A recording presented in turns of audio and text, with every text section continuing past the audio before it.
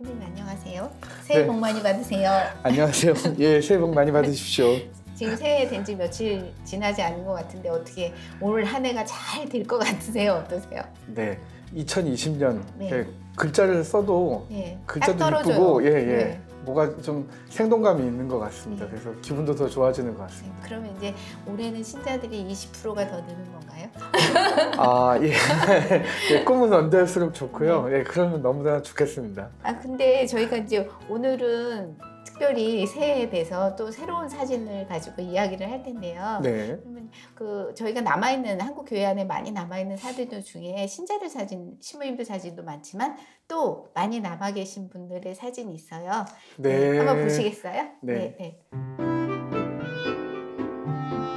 말을 타고 계신 수녀님 사진이에요. 네. 예상하셨겠지만 수녀님들 사진이 굉장히 많이 남아 있어요. 그렇죠. 네.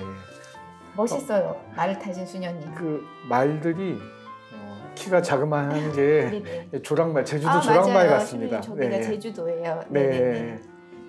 수녀님들이 약간 어울리지 않게 수녀님들이 말을 타고 계신, 그리고 외국인 신부님이 같이 계시는 것 같습니다. 저기 계신 분은 이제 무쇠주교님이세요. 무쇠 신부님이셨죠. 무쇠 신부님. 네. 근데 이제 제주도는 특별히 저렇게 말을 많이 탔었나 봐요. 그래서 또 근데 이제 수녀님이라고 특별히 마부를 남자 마부가 아닌 여자 마부를 이렇게 두어서 여자들이 말을 끌고 수녀님들을 모셔고 왔던 그런 장면의 사진이거든요. 네. 말을 타고 부임하는 그 수녀님 참 아주 드문 케이스인 것 같습니다. 근데 특별하게 저 수녀님들 두 분의 이름도 정확히 남아 있어요. 이제 김아나타시아 수녀님이랑 이 공자가 수녀님. 그래서 정확히 이제 한국인 수녀님으로 이름이 정확히 남아 있고 예전에 그 수녀 복장 하고 계시잖아요. 그래서 여기에 머리에 쓰는 관을 꼬르넷이라고 하시잖아요. 꼬르넷. 옛날에는 저 꼬르넷이 굉장히 컸었다고 하더라고요. 그래서 기도 때는 저 꼬르넷을 내렸다고 하세요. 그래서 자기만의 공간으로 이렇게 할 수 있게. 그런데 그 이후에는 이제 그걸 다시 올리는 걸로 바뀌었다고 하더라고요. 복장이 완전히 바뀌었죠. 그래서 예전에 복장은 아마 저 예전 복장이 그 수녀님들에 대한 어떤 대명사가 되지 않았을까. 지금은 좀 다르지만.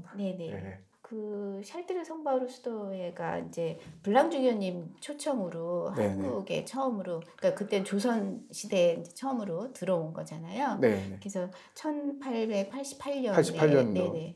그래서 그 샬트르 성바우르 수녀의 모원이 이제 프랑스 샬트르라는 지역에 있었고 수녀님들이 그 블랑주교님의 편지를 받고 한국으로 올 때 그 블랑주교님의 편지에 이제 덧대어서 미테오 주교님이 한국을 위해서 지체 없이 수녀님들이 달려오실 것이라 믿습니다 라는 편지까지 이렇게 코멘트를 달아서 보내셨다고 하더라고요.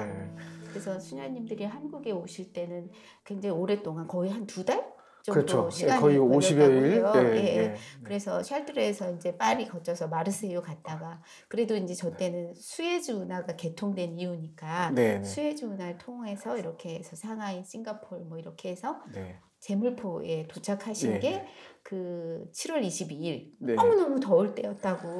그래서 그 더위에 이제 그 가마를 타고 서울까지 올라오셨는데 그 가마를 타고 있는 사람도 너무나 괴로웠다고 그게 남아 있어요. 그게 처음에 이제 한국에 돌아오셨던 수녀님 일기가 있는데 자카리아 수녀님의 여행 일기 그거 한번 정말 기회가 되면 그 시청자분들도 한번 보시면 되게 재밌을 것 같아요. 그 일정에 배에서 있었던 일이며 어느 나라에 있었던 일이며 뭐 그게 다 자세히 적혀 있어서 굉장히 재미있더라고요.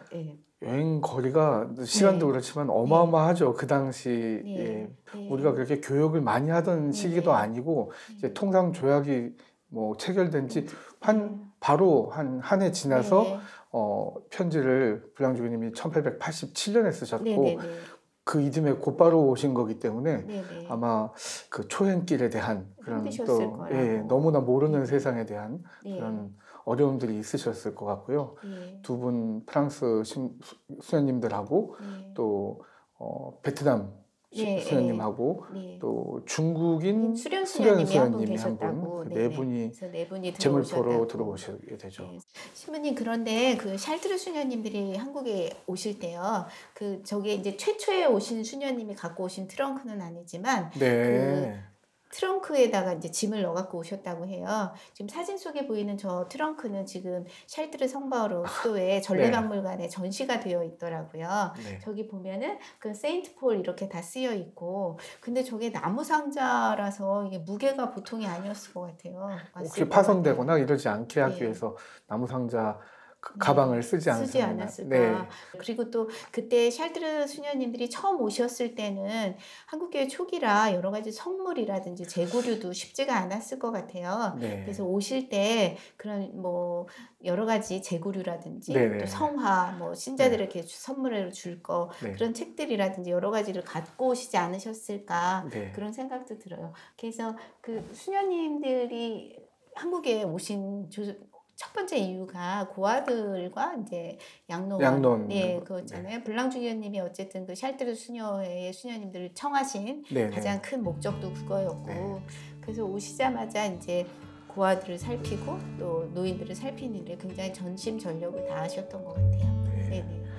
뭐 주교님이 제일 주안점을 둘 수밖에 없는 또 그만큼 어려움이 많았던 교회 모습인 것 같고요.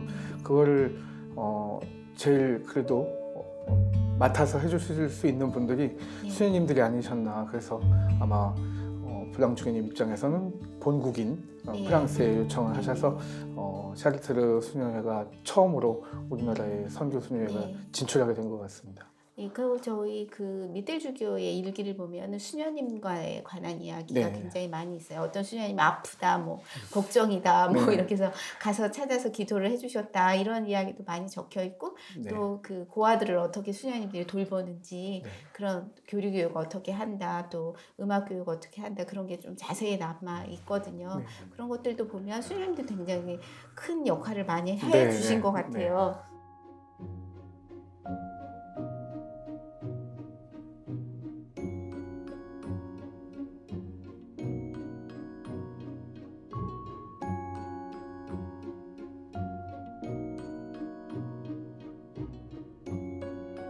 저 사진과 연결해서 또 볼 수 있는 사진이 있어요. 그 신성여학교 사진인데 너무 귀여운 소녀 3명이 저렇게 있고, 학교 학생들이겠죠. 네네.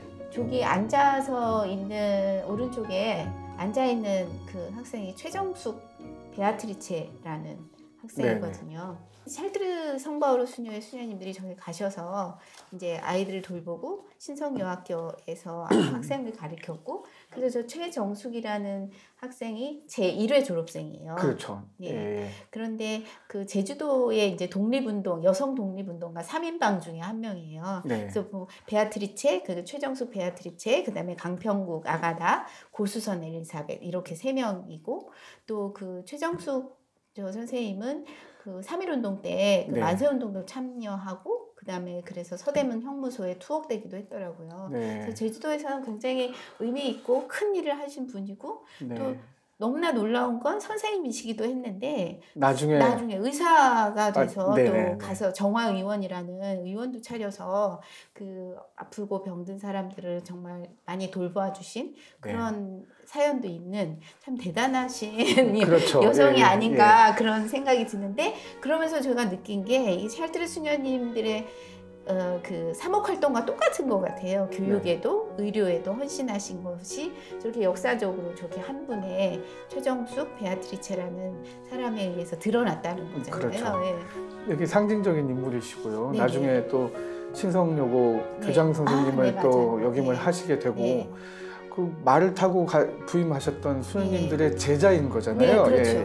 그러니까 제자를 보면 또 스승을 알 수 있듯이 그 수녀님들이 어느 지향을 가지고 교육에 임하셨는지, 또 그래서 그 교육의 결과가 이런 훌륭한 교육자를 또 낳았고, 또 뭐 제주도뿐만이 아니고 한국을 대표할 수 있는 그 여성 신자로서의 그런 역할도 충실히 하셨던. 근데 그 최정숙 선생님이 그렇게 열심히 하신 게, 그래서 이제 1955년인가 저분이 교황훈장을 받기도 하셨다고 하고, 그리고 또 저분은 수녀님이 되고 싶었다고 해요. 아마 그러셨을 것 같아요. 그 수녀님들께 배운 게 있었고, 자기는 정말 수녀님이 되고 싶었는데 그 수녀원에 갈 수 없는 이유가 있었대요. 왜냐하면 그 서대문 감옥에 들어가서 죄수가 되면 수녀원에 갈 수가 없다는데요.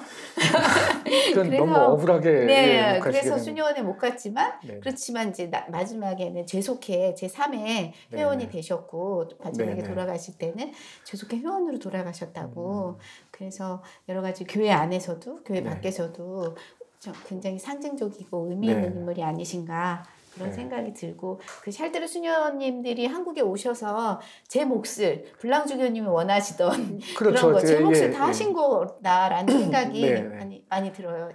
처음에 그 편지로 요청하셨을 때 그 염원, 그 블랑주교님의 생각을 제일 많이 확실하게 구현하신 게 아닌가 생각됩니다. 게 아닌가라는 생각이 아마 이 사진도 수녀님이 찍으시지 않으셨을까요? 그런 생각이 들고 그 신성여학교 학생들의 사진들이 굉장히 좀 여러 장 남아 있어요. 네. 그래서 그런 사진들도 굉장히 흥미로운 사진이 아닌가 그렇게 생각이 돼요.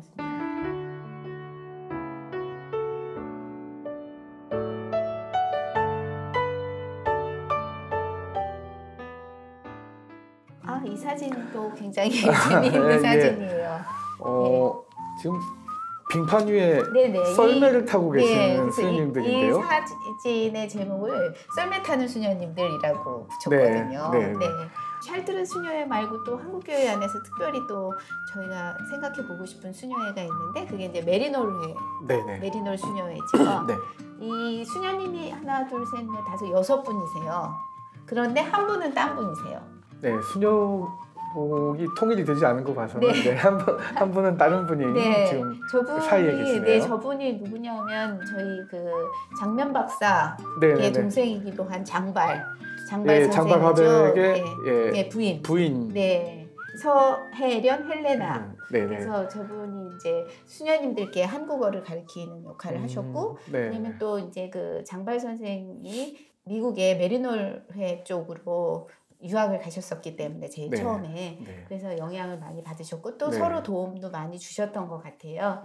저분들이 일진으로 제일 처음에 온 수녀님들 6분으로 저분들께 저분이 한글을 많이 가르쳐 주셨다고 하더라고요. 그런데 이제 두 번째 오셨을 때도 또 6명이 오셨대요. 그 중에는 이제 그 장앙레다 수녀님이라고 장발 선생님의 그 동생이죠, 여동생. 그분이 있었고 그분이 오셔서 영원한 도움의 성모 수녀회를 만드는데 큰 역할을 많이 해주신 분이죠. 그래서 저런 것들을 보면은 수녀님들이 오셔서 충분히 한국 문화도 즐기시면서 한국인들의 생활이라든지 또 여러 가지를 느끼고 배우려고 굉장히 많이 노력하신 것 같아요.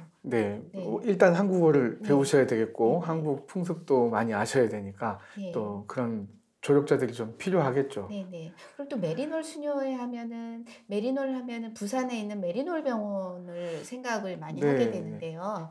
그래서 메리놀 병원도 그 수녀님들에서 맨 처음엔 뭐 메리놀 의원, 메리놀 수녀 의원 이렇게 이름이 계속 바뀌기는 했지만 메리놀 수녀님들이 오셔가지고 병원의 간호라든지 의료를 굉장히 열심히 하신 걸로. 전쟁 이후에 특히 낙동강 이남으로 피난 가 있을 그럴 때 그 메리놀 병원의 역할들이 아주 혁혁하게 너무나 많은 분들이 병에 시달렸었고 또 감염병을 비롯해서 거의 노출되어 있었기 때문에 아마 메리놀 수녀회 간호를 전공하신 수녀님들이 많이 역할을 해주셨던 것 같습니다. 의사 수녀님도 꽤 있었다고. 그래서 제가 예전에 그 진 멀로니 수녀님이라고 지금 우리 문수녀님이죠. 문수녀님이라고 이제 하신 그분도 처음에 이제 부산항을 해가지고 병원을 갔다 그 얘기를 하시면서 그때 이제 그 수녀원이 너무 추워가지고 그 어른들이 옛날에 그 물주머니라는 게 있었잖아요. 유단포라고 그런 얘기 많이 하셨는데 거기에 뜨거운 물을 넣으셔가지고 그거를 껴안고 주무셨다. 그리고 이제 그 다음 아침에 그 물을 꺼내서 세수를 하셨다. 이렇게 얘기하시더라고요. 그래서 메리놀 병원에서 간호하실 때 이제 얘기하시는 게 가장 가슴 아팠던 게 너무너무 환자들이 많아서 제대로 어딘가에서 치료를 받기가 어려운 상황이었잖아요. 그래서 그 병원 담벼락을 따라서 줄을 늘어서 있는데 그 추울 때도 이제 맨발에 고무신만 신고 그렇게 있는데 그 수자님이 가장 가슴 아팠던 게 그분들을 가라고 해야 할 때 이제 오늘 진료는 여기까지입니다. 가세요라고 할 때가 너무 제일 마음이 아팠다. 그런 얘기 하시면서 내일 오세요. 이렇게 해서 보냈는데 내일 안 오면은 돌아가셨나 보다 이런 생각을 그 다음날 하셨다. 그래서 네. 되게 아팠다 그런 얘기 하셨고, 또 이제 기억에 남는 얘기는 그 수녀님들이 한국에 오셨을 때 한국어를 배워야 하셨잖아요. 그렇죠. 한국어가 제일 필수죠. 예. 네. 그런데 이제 그때는 또 반대로 예전에 메디노르해 수녀님들이 오셔서 영원한 도움의 성모수도회를 만드신 것처럼 영원한 도움의 성모수도회에 박수관 수녀님한테 한국어를 배웠다고 하시더라고요. 네. 근데 이제 병원 일을 하셔야 하니까 가장 필요한 이야기. 네. 아, 당신 네. 병들었습니다. 네. 그리고 약을 드셔야 합니다. 뭐 네. 이쪽으로 오세요. 여기서 그렇죠. 기다리세요. 네. 이런 얘기를 네. 계속 맨날 쓰는 말만 앵무새처럼 많이 제일 배웠다. 필요하신 얘기만 딱 외워서 배웠다. 아마 예, 사용하셨을 것 같아요. 많이 하더라고요. 예. 그래서 그때도 이제 상황도 그랬겠지만 고아들도 많이 생겼었잖아요. 네, 전쟁 고아가 어마어마하게 네. 많았었죠. 그래서